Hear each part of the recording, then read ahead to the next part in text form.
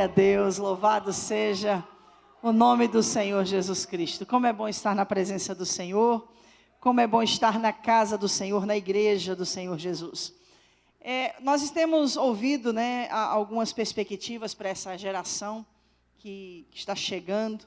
E a perspectiva é que o número de pessoas que vão escolher ser os desigrejados, essa perspectiva das pessoas que vão preferir estar assistindo o culto na sala de suas casas do que na igreja, vai crescer. E eu espero que essa perspectiva ela seja fadada pelo que Deus vai fazer no meio do seu povo, dentro da sua casa. O culto ao vivo ele é feito com uma motivação, e essa motivação é alcançar aquelas pessoas que não têm aonde congregar, que não têm aonde adorar o Senhor. O culto ao vivo não é feito para você que mora perto da igreja. O culto ao vivo não é feito para você que tem condições de vir à igreja.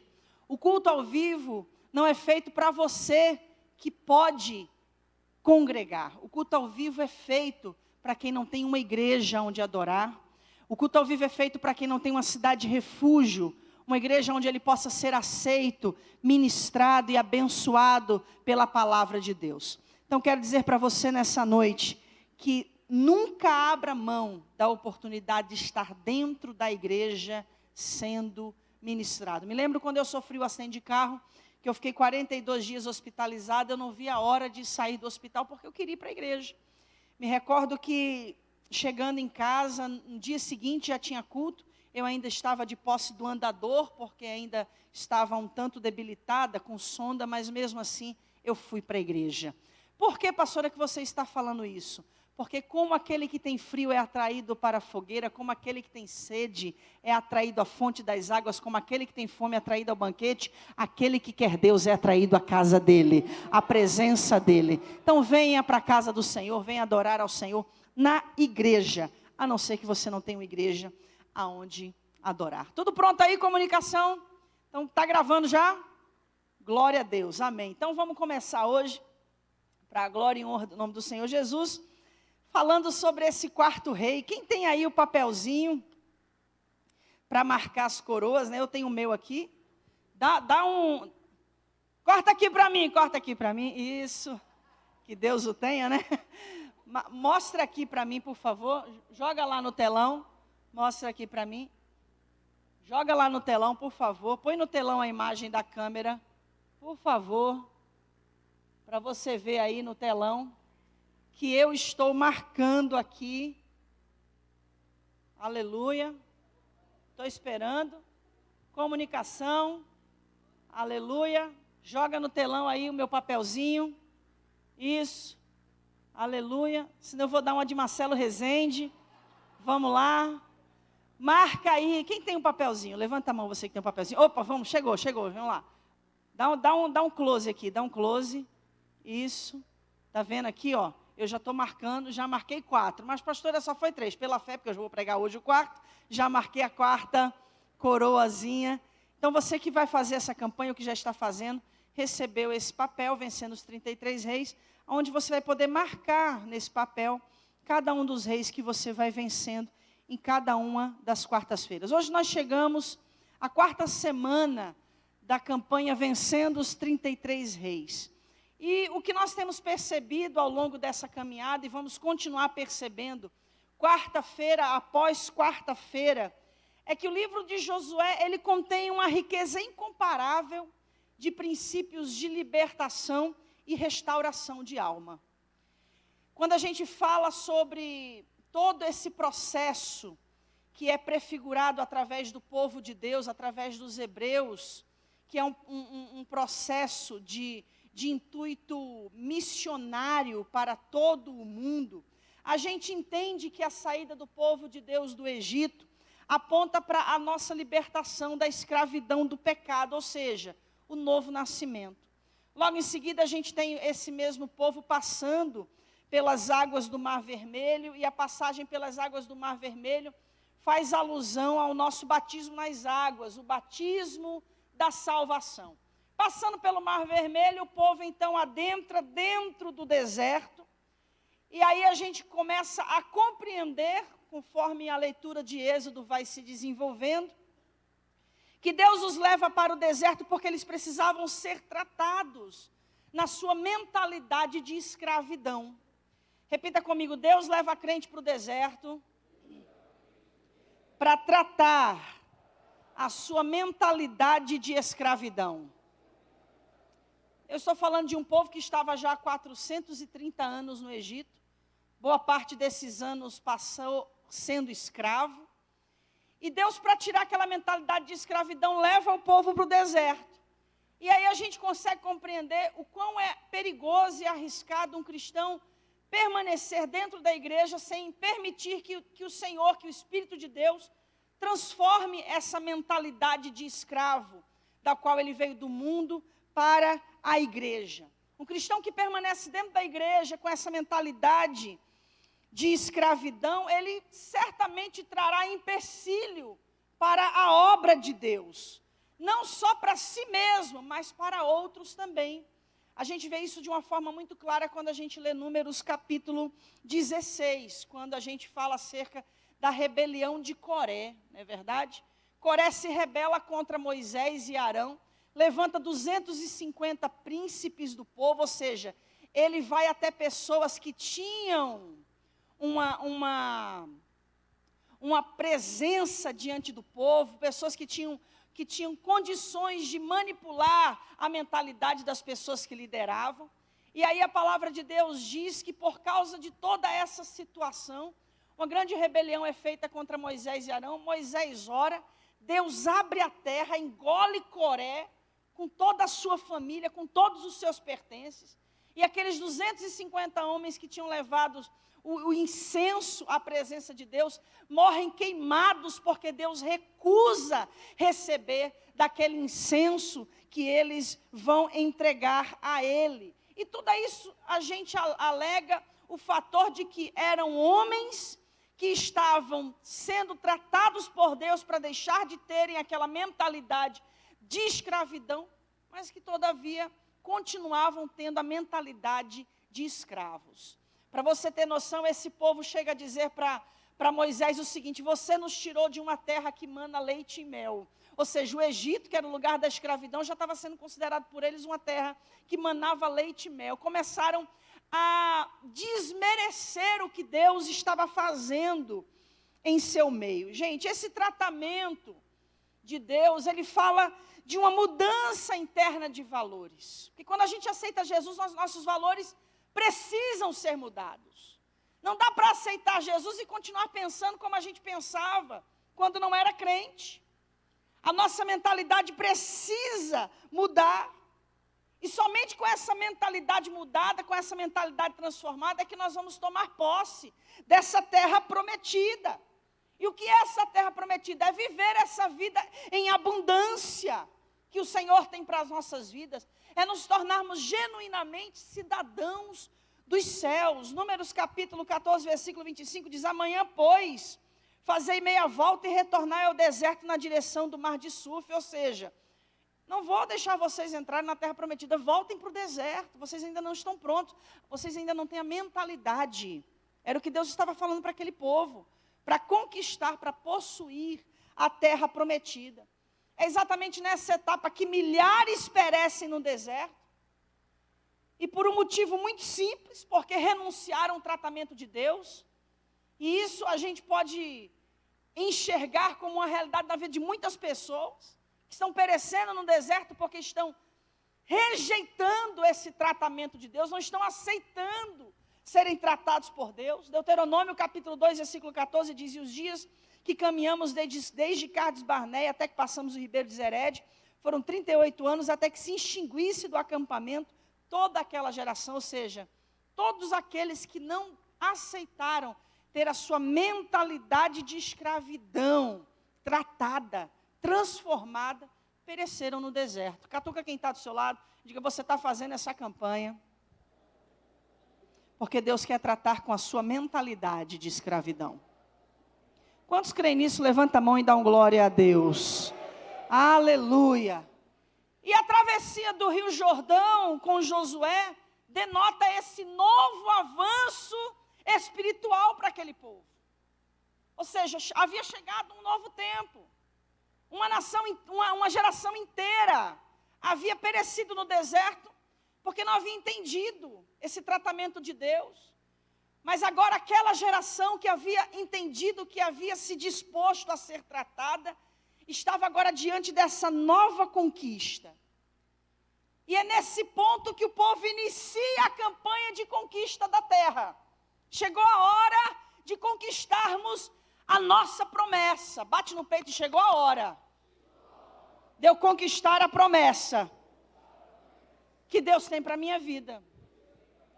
E quando a gente lê o livro de Josué, o que a gente percebe? A gente percebe que essa conquista, ela é definida como a libertação da terra. A terra estava na mão de ímpios, a terra estava na mão de homens que adoravam e cultuavam a deuses pagãos. E quando a gente aplica isso à nossa vida hoje, a gente entende que essa terra é a nossa alma. Presta atenção nisso aqui. Essa terra que precisa ser conquistada é a nossa alma.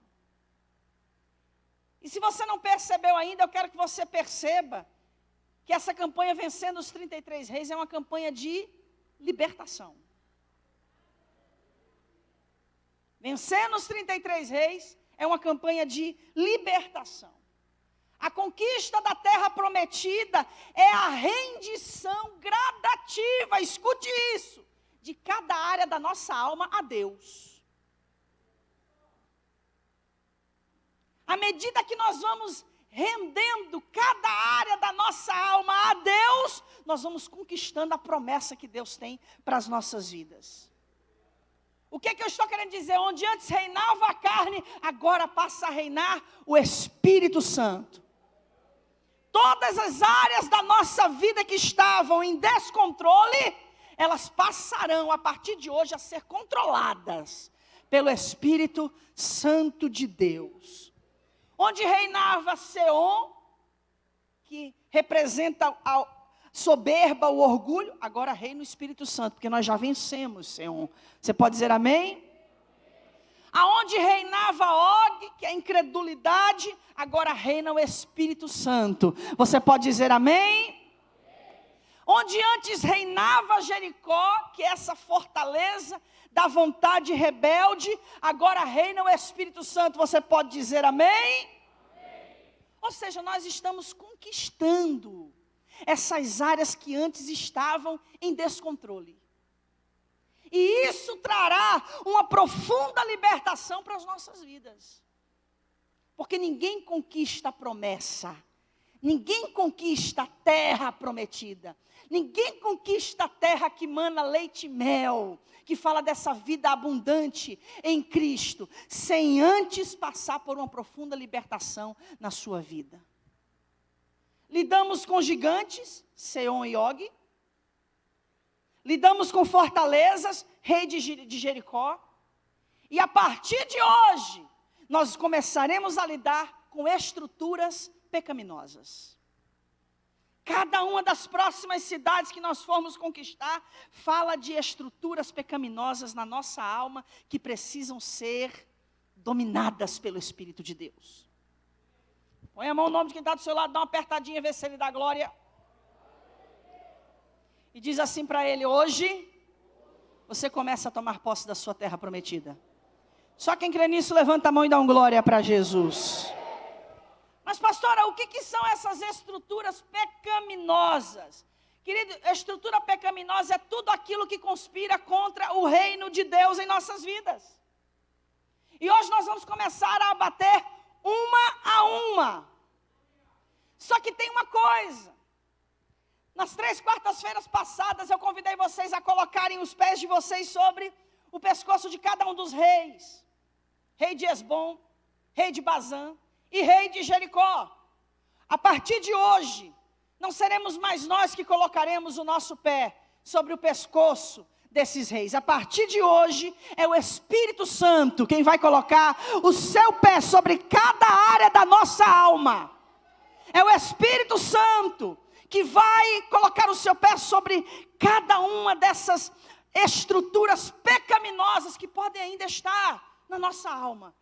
A partir de hoje, o Espírito de Deus, Ele vai se apossar de cada área da nossa alma que Ele ainda não é Senhor. Você crê nisso? Você quer isso para a sua vida? Aleluia! E aí eu chamo você a uma compreensão que é muito importante. Presta atenção nisso aqui. Nós precisamos compreender que para conquistar o que Deus tem para as nossas vidas, antes nós precisamos ser conquistados por Deus. Antes de conquistarmos o que Deus tem para a nossa vida, precisamos ser conquistados por Deus, por Ele. Deus quer conquistar você, meu irmão. É isso que Deus quer. Porque se você for prestar atenção hoje, o número de desviados na igreja, o número de pessoas desviadas hoje, fora da igreja, é 3 vezes maior do que o número de cristãos que estão na igreja. E por que isso acontece? Porque o evangelho ensinado, ele foi baseado na barganha. Se ensinou as pessoas a buscarem conquistas, antes mesmo de ensinarem a elas como se deixarem ser conquistadas pelo Senhor. E antes de Deus nos levar a conquistas, Deus quer nos levar a sermos conquistados completamente por Ele. E uma coisa muito interessante é que todas as vezes na história de Israel em que eles eram oprimidos, todas as vezes, sem exceção, Deus estava ausente. Todas as vezes que o inimigo oprimia Israel, Deus estava ausente. Todas as vezes que eles conquistavam os seus inimigos, Deus estava presente. Isso fica muito enfatizado, principalmente no livro de Juízes. E nessa nova fase, a conquista depende da decisão, minha e sua, de quebrantamento, de fé, de obediência e de perseverança. Repita comigo: quebrantamento, fé, obediência e perseverança. Canaã representa a nossa alma. Nós vamos começar a entrar nessa dinâmica de compreensão. Nessa alma existem fortalezas e prisões espirituais que precisam ser destruídas. Nessa alma existem reis, ou seja, egoísmo, áreas de egoísmos que precisam ser destronadas. Nessa alma existem gigantes internos, áreas de intimidações que precisam ser derrotados. Nessa alma existem muralhas e fortalezas que representam barreiras emocionais e relacionais que precisam ser derrubadas.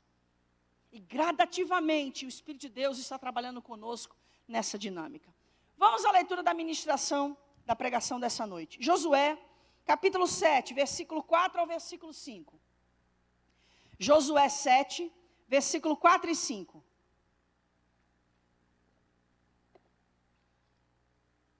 Assim subiram lá do povo uns 3.000 homens, os quais fugiram diante dos homens de Ai.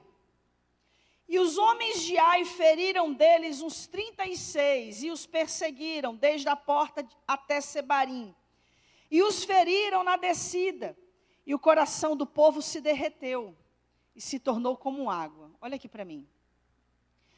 Essa passagem está falando de como o povo de Deus perdeu a sua primeira investida contra a cidade de Ai, contra o rei de Ai. Quando o povo chega em Jericó, os espias chegam em Jericó, Raabe dá a eles o seguinte relatório: o coração do povo se derreteu por causa do que tem ouvido acerca do que o vosso Deus tem feito. Aí a gente se depara exatamente com uma situação contrária. A gente se depara com o povo de Deus fugindo, sendo ferido, sendo perseguido e com o coração se derretendo como água com medo dos seus inimigos. Repita comigo, essa foi o ai da derrota. Vamos ao próximo contexto. Josué 8:1 e depois 8:22. Então disse o Senhor a Josué: não temas e não te espantes, toma contigo toda a gente de guerra e levanta-te sob Ai. Olha que te tenho dado na tua mão o rei de Ai e o seu povo, e a sua cidade e a sua terra. Deus disse, vai, porque agora você vai vencer. Versículo 22. Também aqueles da cidade lhe saíram ao encontro, ou seja, daqueles da cidade de Ai. E assim ficaram no meio dos israelitas, uns de uma e outros de outra parte. E feriram-nos, até que nenhum deles sobreviveu nem escapou. Essa foi a derrota de Ai. O primeiro versículo fala do ai de Israel por causa da derrota. E esses versículos que li agora fala da derrota da cidade de Ai. Tema da mensagem dessa noite: a derrota de Ai ou o ai da derrota? Repita comigo, a derrota de Ai ou o ai da derrota? De novo, a derrota de Ai ou o ai da derrota? Agora olha para quem está do seu lado e diga, o que você quer viver? A derrota de Ai ou o ai da derrota? O que você quer viver? A derrota de Ai ou o ai da derrota? Porque pode parecer para você um simples trocadilho. Pode parecer para você um interessante jogo de palavras. Mas na nossa vida isso faz uma total diferença. Uma diferença que vai definir o nosso destino, o nosso futuro, o propósito de Deus na nossa vida. O ai da derrota ou a derrota de Ai vai definir o nosso destino. Vai definir o propósito de Deus na nossa vida. Na primeira ocasião que Israel vai lutar pela conquista da cidade de Ai, eles são derrotados terrivelmente. Todo o intento que eles fazem para conquistar a cidade de Ai é inútil. Já na segunda ocasião, a gente tem uma narrativa completamente diferente. Eles conseguem a vitória, eles destronam o rei de Ai e conquistam a terra. São duas narrativas completamente distintas. Uma acontece em Josué 7 e a outra acontece em Josué 8. A primeira derrota está intrinsecamente ligada à condição com que foram à guerra. E em que condições eles foram à guerra? Sem se santificarem. Bate no ombro de quem está do seu lado e diga, é a santidade que define a vitória na batalha. Antes deles derrubarem a cidade de Jericó, presta atenção, o povo é chamado a uma santificação. Lá em Josué capítulo 3, versículo 5, disse Josué também ao povo, santificai-vos, porque amanhã fará o Senhor maravilhas no meio de vós. Ou seja, se vocês querem ver Deus operar maravilhas no meio de vocês, se santifiquem. Entrem nessa guerra santificados, para que o Senhor possa operar maravilhas. Se nós formos analisar a conquista de cada uma das cidades que até então nós temos sido ministrados, nós vamos perceber que Deus fazia uma exigência eminente. Qual era a exigência, pastora? A exigência é que tudo deveria ser queimado em sacrifício ao Senhor, porque era considerado anátema. Deus dava uma ordem para o povo, vocês vão entrar na cidade, e vocês não vão tomar nada para vocês como despojo. Porque naquela época era comum, nas guerras, o povo que saísse vencedor, ele podia levar consigo os despojos de guerra. Eles podiam levar a prata, o ouro, o gado, as mulheres, as crianças, os que sobrevivessem na batalha, e eles poderiam levar isso como despojo para si. Mas Deus havia dado uma ordem para Israel em todas as batalhas, que eles deveriam fazer com que tudo fosse oferecido como sacrifício em anátema, porque tudo era considerado anátema. Sehon, rei de Hesbom, Deuteronômio 2:34, naquele tempo tomamos todas as suas cidades, sacrificamos cada uma delas como anátema. Og, rei de Bazã, Deuteronômio 3:6, sacrificamos-las como anátema, como havíamos feito a Sion, rei de Hesbom. Cidade de Jericó, Josué 6:17, porém a cidade será anátema ao Senhor, ela e tudo quanto houver nela. Aí para a gente entender o que aconteceu, que definiu a derrota do povo de Israel contra a cidade de Ai, a gente precisa entender primeiro o que é anátema. Já falei para vocês algumas vezes que eu não vou entregar comida mastigada para ninguém, mas eu vou ensinar o caminho para fazer uma boa degustação. A palavra fala em Deuteronômio capítulo 7, versículo 1 e 2.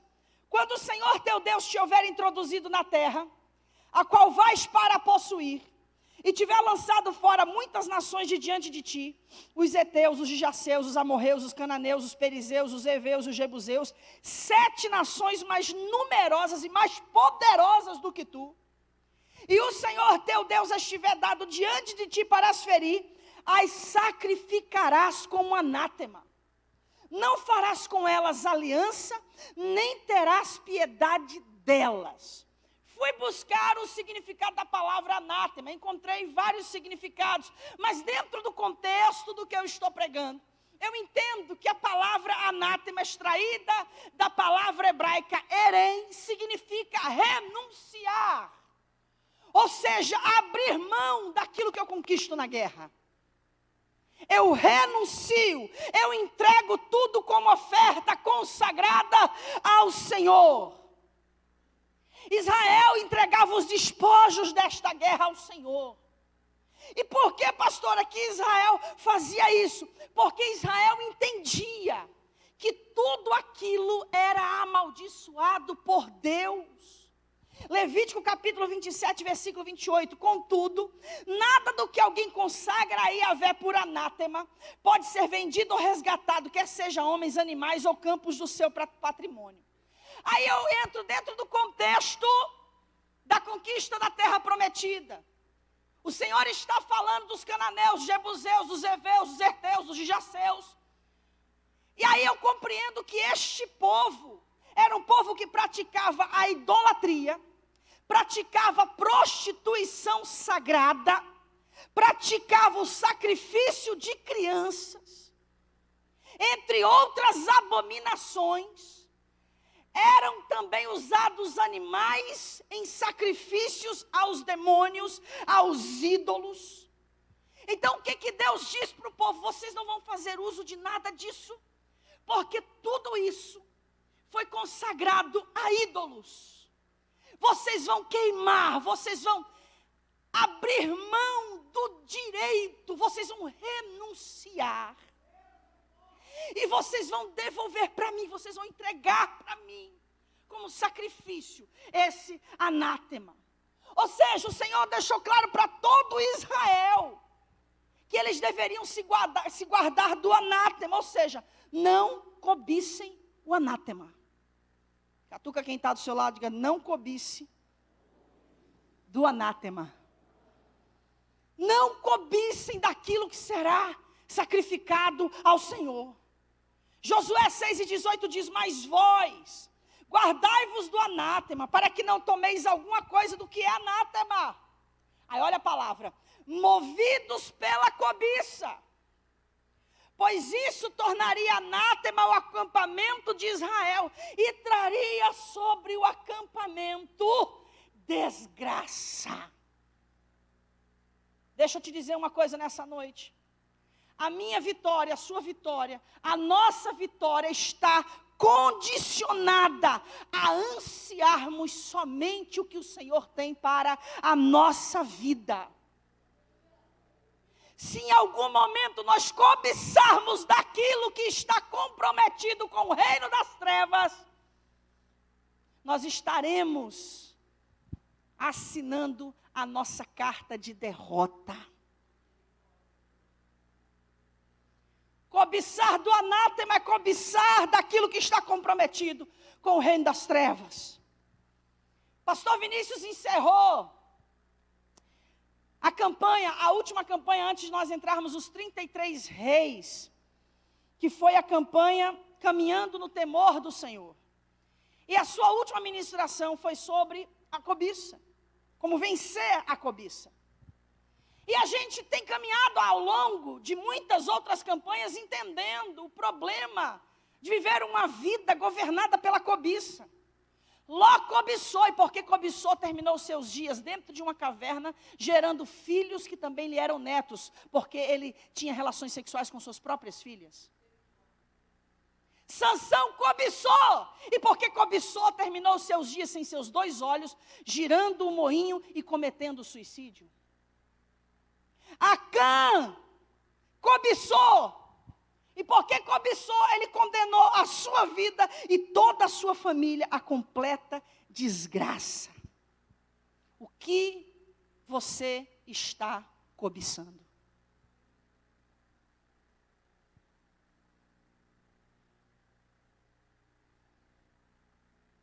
Escute bem isso. Quando Israel vai à guerra contra o rei e a cidade de Ai, eles são derrotados. Por quê, pastora? Por causa da desgraça que estava no acampamento. Que desgraça era essa? O anátema. Acã trouxe anátema para dentro do acampamento.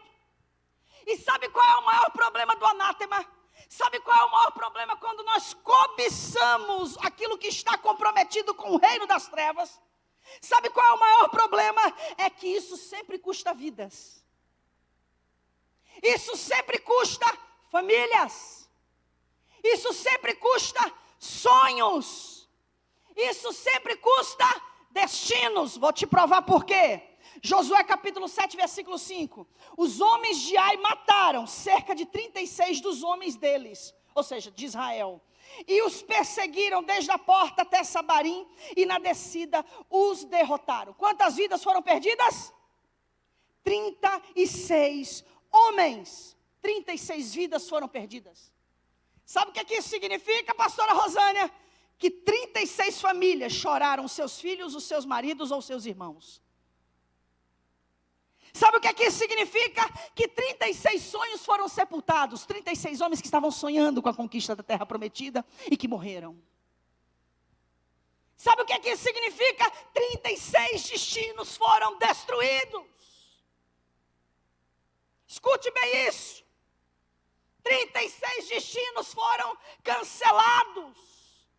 36 vidas, 36 famílias, 36 sonhos, 36 destinos. Põe a mão no nome de quem está do seu lado e diga: cobiçar o que está comprometido com o reino das trevas sempre tem um alto preço. Gente, o que acontece diante de uma situação como essa? Deus não ia deixar Israel avançar. E eu entendo porque que existem pessoas que estão há anos no mesmo lugar, na mesma posição, na mesma situação, sempre enfrentando os mesmos problemas, sempre passando pelas mesmas derrotas, sempre enfrentando os mesmos fracassos. Deus não deixa ninguém que está cobiçando, que está comprometido com o reino das trevas, avançar na sua conquista. Deus não deixa. Deus não deixa. Enquanto Israel estivesse com o anátema, enquanto Israel estava impuro e não fosse tratado, Deus não iria deixá-los avançar. Põe a mão no coração e fala: Deus, trata comigo, porque eu quero avançar. Enquanto Israel não ouvisse a voz de Deus novamente, eles estariam estagnados. Sabe por quê? Quando você toma do anátema, daquilo que já foi entregue para Deus porque não serve, porque está comprometido com o reino das trevas, Deus quer que seja destruído, Deus quer que seja queimado. Quando você pega daquilo, você está roubando os direitos de Deus. E enquanto os direitos de Deus não forem devolvidos, não haverá vitória. Pastora, por que eu estou aqui nessa noite? Porque Deus quer que você devolva o direito que Ele tem sobre tudo aquilo que não serve para a sua vida. Aleluia. O que Acã cobiçou? Prata, ouro e uma capa babilônica. Repita comigo. Prata, ouro e uma capa babilônica. Ouro e prata para quê? Para enriquecer-se. Capa babilônica para quê? Para embelezar-se. Para embelezar-se. Para Acã, a porção do seu cálice já não era mais Deus. Deus não era mais já a sua porção. Por isso que ele precisava do ouro e da prata para enriquecer, porque Deus já não era a sua porção. Não que Deus não queira que a gente enriqueça, não que Deus não queira que a gente cresça, não que Deus não queira que a gente frutifique, não que Deus não queira que a gente prospere, mas quando tudo isso toma o lugar de Deus, isso deixa de ser bom e passa a ser anátema. Para Acã, a graça do Senhor já não era mais suficiente sobre si, por isso que ele precisava de uma capa babilônica. Ou seja, Acã cedeu à tentação que vem do mundo. A palavra fala em 1 João 2,15, não ameis o mundo, e nem aquilo que no mundo há, porque aquele que ama o mundo, o amor do Pai não está nele. O amor de Deus já não estava mais no coração de Acã. E isso muitas vezes tem se tornado a justificativa de muitas pessoas. Mas foi uma tentação. Mas eu passei por uma tentação. Deixa eu te dizer uma coisa. Toda tentação, ela vem acompanhada por um escape. A tentação nunca anda sozinha. A tentação, obrigatoriamente, ela vem de mão dada com um escape. Como assim, pastor? A palavra de Deus fala em 1 Coríntios 10:13, não veio sobre vós tentação senão humana, mas fiel é Deus que não vos deixará tentar acima do que podeis. Antes, com a tentação também dará o escape, para que possais suportar. A tentação anda de mão dada com escape, meu querido. Se vier a tentação, tenha certeza, tem escape. A tentação não é maior do que você pode suportar. E a tentação vem junto com o escape. Deus tem o escape para a sua vida. Agora é muito interessante o que acontece com a reação de Josué.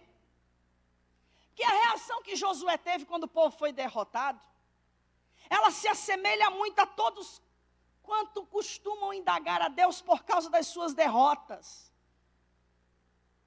Estão com anátema e estão perguntando, por que, Senhor? A diaconisa Soraya falou algo muito interessante aqui hoje.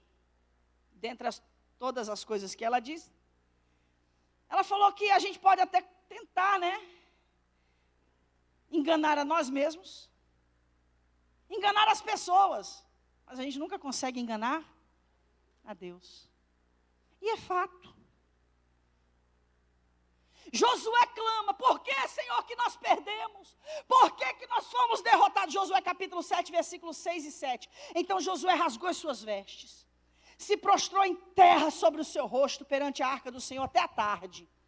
Ele e os anciãos de Israel deitaram pó sobre suas cabeças e disse Josué, Senhor Deus, por quê?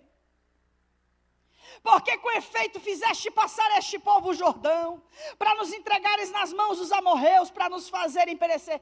Tem gente que está assim, né? Orando com a boca no pó, Senhor, por que isso não deu certo?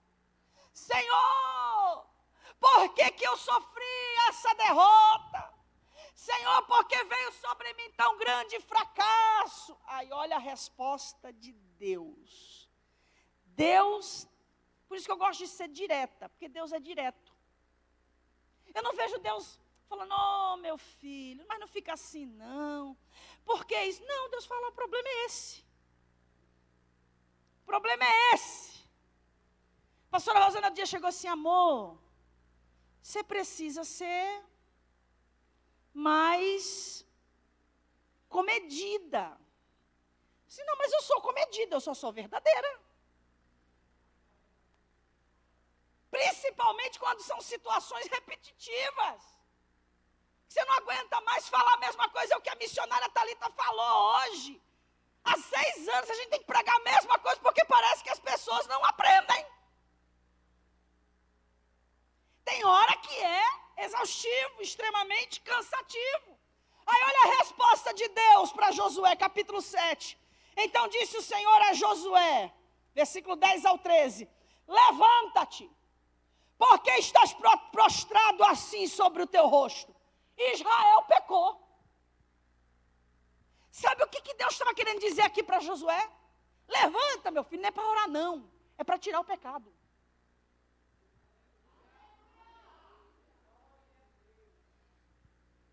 Tem gente que está lá e sobe o monte. Senhor, estou aqui, porque creio que o Senhor vai fazer uma diferença na minha vida. E Deus está olhando assim.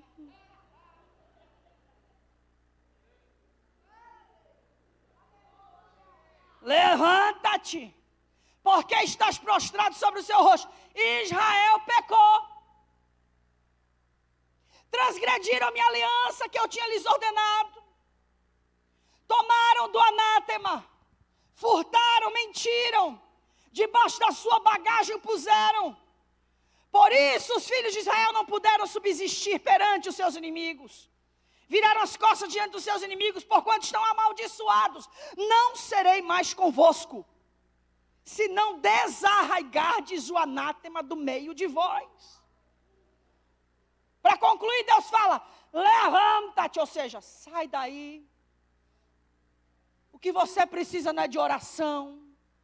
O que Israel precisa não é de você com a boca no pó. Santifica o povo. E diz, santificai-vos para amanhã. Porque assim diz o Senhor Deus de Israel, anátema há no meio de ti, Israel. Diante dos teus inimigos não poderás suster-te, até que tireis o anátema do meio de vós.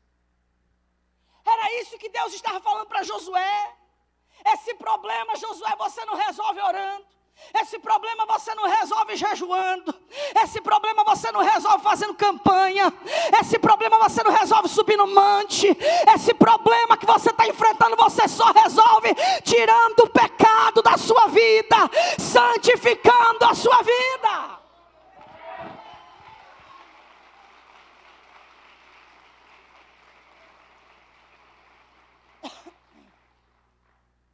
Quando Acã é descoberto, ele confessa, realmente, pequei. Cobicei o ouro, a prata e a capa babilônica. Sabe o que acontece? Sabe o que Deus fala para Josué? Leve ele para o Vale de Acor. Irmão, você sabe o que significa Vale de Acor? Vale da desgraça. Deus estava levando Acã para a terra prometida. Mas as escolhas de Acã colocaram Acã no vale da desgraça. Não culpe Deus pelas suas escolhas. Não culpe Deus pelas suas escolhas. Um dia um jovem chegou para conversar conosco no gabinete pastoral. Ficou 1 mês afastado da igreja. Começou a viver na balbúrdia, na imoralidade, na pornografia. Voltou para a igreja um tempo depois, com um atestado de soro positivo, olhou para mim e disse, por que Deus permitiu que isso acontecesse comigo? Falei, Deus não permitiu nada, meu filho.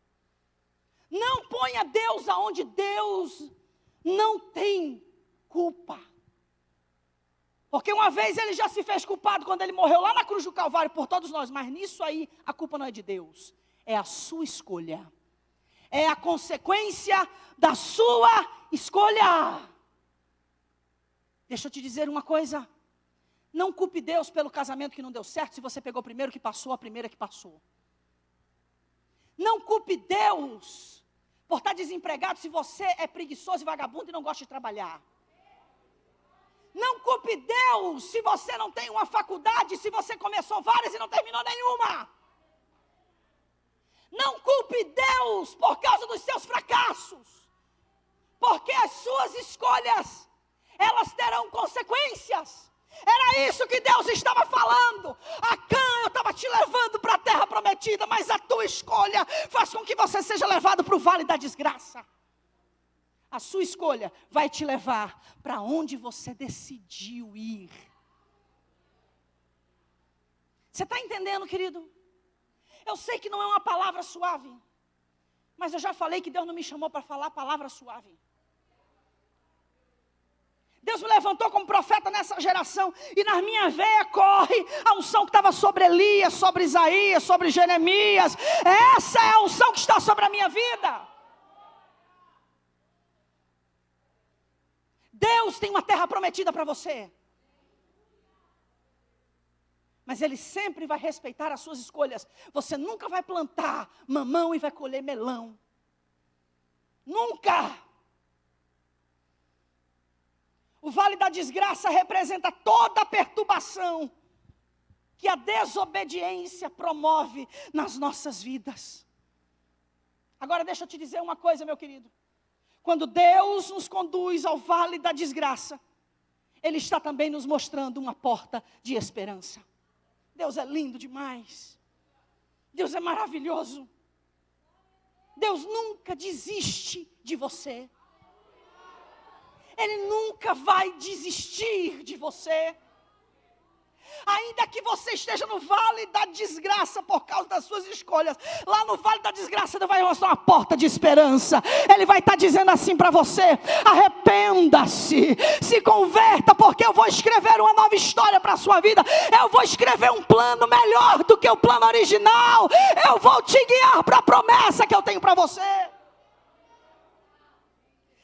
Aleluia! Por que Deus quer levar a gente, pastora, para o vale de Acor, para o vale da desgraça? Porque os nossos pecados precisam ser julgados e tratados. Deus nunca vai deixar, Júnior, os nossos pecados impunes.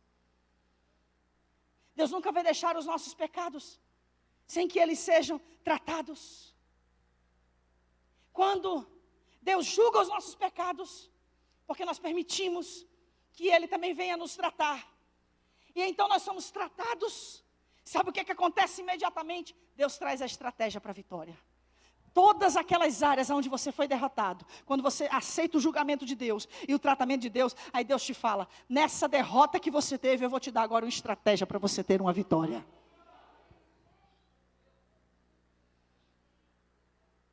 Eu não sei com que áreas da sua vida você entrou por aquela porta hoje derrotado, mas eu quero te dizer que nessas derrotas, Deus hoje vai te dar estratégias para você obter a sua vitória.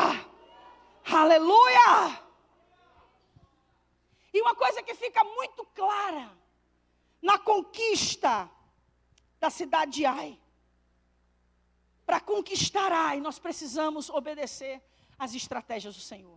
Catuca quem está do seu lado e diga: para conquistarmos a cidade de Ai, precisamos obedecer à estratégia dada pelo Senhor. Quem crê nisso, dá um glória a Deus. Aleluia. Fui pesquisar o que significa Ai, cidade de Ai, o nome Ai. Para a gente o Ai remete à dor, algo doloroso, desconfortante, incômodo. Mas a palavra Ai, no hebraico, significa montão de ruínas. A cidade de Ai aponta para as áreas da nossa alma que estão em ruínas. A cidade de Ai aponta para as áreas da nossa vida em que nós nunca deixamos o Espírito de Deus exercer domínio próprio, exercer controle. A cidade de Ai aponta para a nossa alma, para essas áreas que estão em ruínas, porque sempre foram governadas pela carne. Sempre. A cidade de Ai, esse montão de ruínas, faz alusão às áreas da nossa alma onde sofremos grandes derrotas, onde sofremos perdas e decepções. Por quê? Porque cedemos à tentação.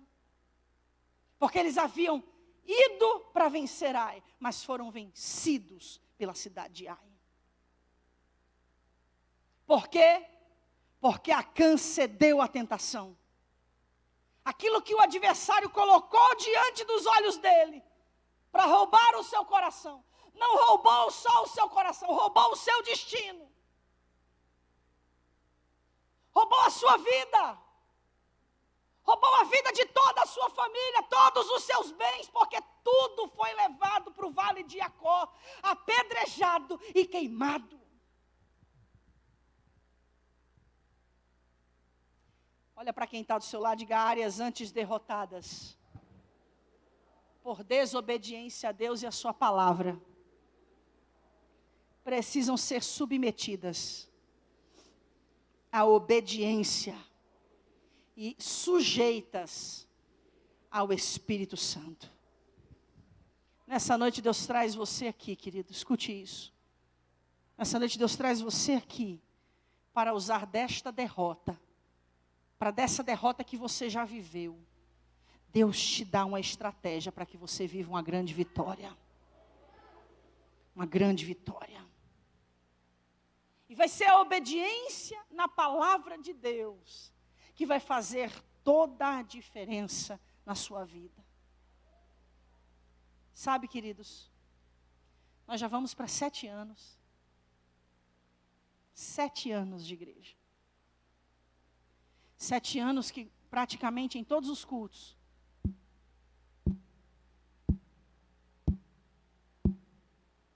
a palavra de Deus está martelando na sua vida. O Senhor está te ensinando, o Senhor está te conduzindo, está te instruindo. Deixa essa palavra hoje quebrar toda a fortaleza da vontade rebelde. Deixa essa palavra hoje derrubar todo gigante de incredulidade. Essa incredulidade na palavra de Deus. Deixa a palavra hoje destronar esses reis que representam essa soberba e esse orgulho, essa necessidade de querer fazer do seu jeito. Já está mais do que comprovado que não funciona. Não funciona. Talvez você já tenha conquistado Jericó. Mas Jericó é só a pontinha do iceberg. Tem muito mais para você conquistar em Deus. Muito mais. Para isso acontecer, a nossa submissão a Deus precisa ser completa. A Bíblia fala que o Senhor mandou Josué estender a lança contra a cidade de Ai. E o Senhor disse: não abaixe a lança. Só quando você tiver ganho toda a guerra, você vai abaixar a lança. Sabe o que Deus estava dizendo para Josué? Essa lança representa o poder do Espírito Santo na nossa vida, na nossa fraqueza, nas nossas dificuldades, nas nossas debilidades. Mas o poder do Espírito Santo que faz com que o poder de Deus se aperfeiçoe na nossa fraqueza. E a Bíblia diz que Josué fica com a lança estendida contra a cidade de Ai.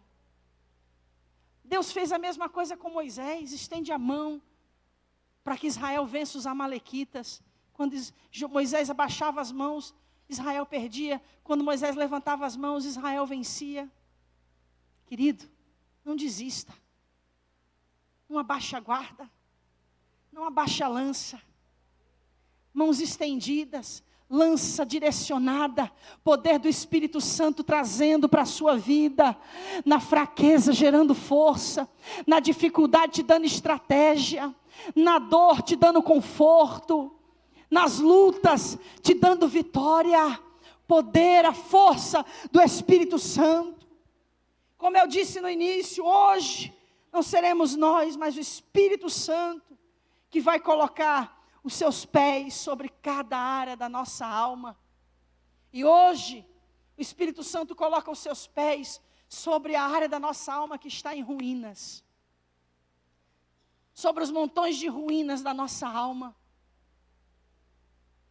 Talvez você chegou aqui com a sua vida emocional destruída, com a sua vida sentimental destruída, com o seu casamento destruído, com a sua vida financeira destruída, com a sua vida espiritual destruída, com a sua vida ministerial destruída. Mas é sobre esse montão de ruínas que o Espírito Santo hoje vai colocar o pé dele. e vai te dar as estratégias para que você possa transformar essas ruínas em uma verdadeira Canaã. Neemias capítulo 2, a Bíblia diz que Deus disse para Neemias: vai até Jerusalém porque tu vai reconstruí-la. Em Neemias capítulo 2 diz que Neemias chegou, e quando foi por volta da meia-noite, ele sai com o seu animal, e a Bíblia diz que ele tinha poucos homens com ele, e ele sai e ele começa a espiar, a avaliar a cidade, ou seja, ele avalia os estragos. A partir daquele dia, sabe o que Neemias faz? Neemias faz um plano de reconstrução. Deixa o Senhor te levar nessa noite a avaliar os estragos que a tua rebeldia ao ensinamento dele, à palavra dele, ao pastoreado dele sobre a tua vida tem causado. Deixa ele te levar a avaliar os estragos. E deixa ele hoje colocar o pé sobre essa cidade, sobre esse montão de ruínas, para que ele te dê as estratégias como ele deu para Neemias. Você acredita que nem hoje, escuta bem isso que eu vou falar, com todos os recursos de maquinários, máquinas hidráulicas, mecânicas que existem, não seria possível reconstruir os muros de Jerusalém em 52 dias? Sabe o que eu quero te dizer? Quando o Espírito de Deus está na nossa vida, nós fazemos reconstruções de maneiras sobrenaturais que as pessoas não acreditam. As pessoas olham para você hoje e não conseguem enxergar o que Deus tem. Mas quando você deixa o Espírito Santo colocar o pé sobre esse montão de ruínas, sobre essa área da sua alma que está sobre esse monte de ruínas, Ele te dá a estratégia de reconstrução. E você, em tempo recorde, em tempo hábil, faz a reconstrução de tudo que está destruído e começa a viver a plenitude do que Deus tem para a sua vida.